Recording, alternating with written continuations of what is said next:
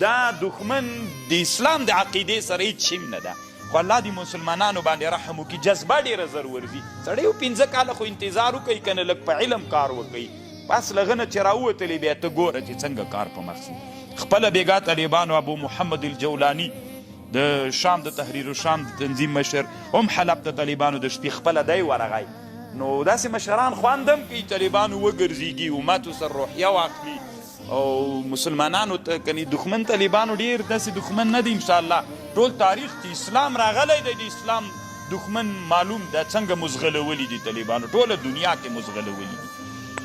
تاسې به طالبانو دا په یاد نه د کونړ یو والي اصل کې خوستی زموږ د والد رحمه الله شاګرد مو شهید سوی نور قاسم مولي صاحب نومېده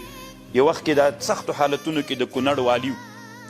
نو بیا یوه خبره وکړه لا ډېره میډیایي مسوله وي کاپیرانو ته وایي راځئ جنګ به دغه وسلې چې تاسې